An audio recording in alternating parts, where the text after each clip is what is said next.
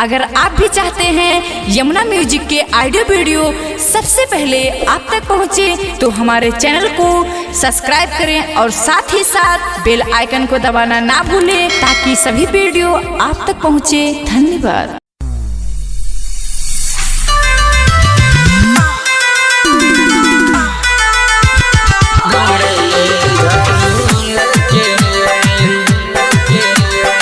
माँ Vaishno recording studio Delhi.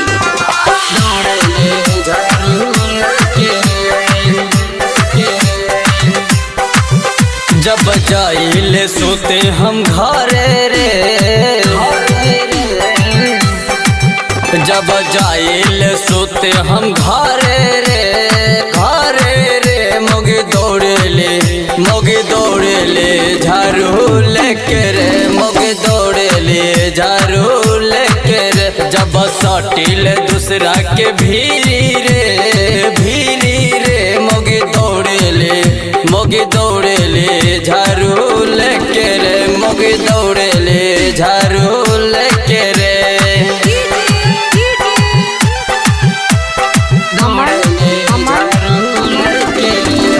Kushinagar माँ Vaishno recording studio Delhi.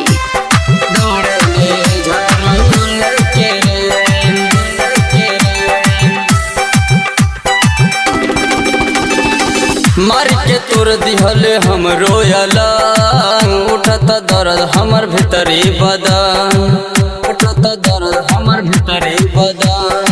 मार के तोर दिहल हम रोयला, उठत दर्द हमर भीतरी बदन।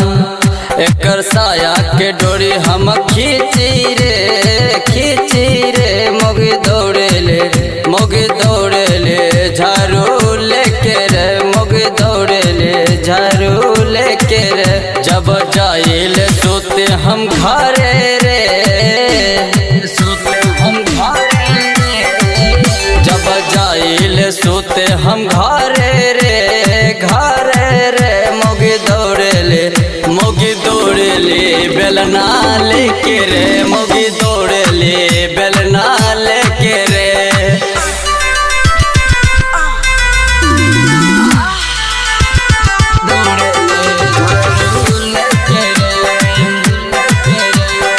माँ वैष्णो रिकॉर्डिंग स्टूडियो दिल्ली।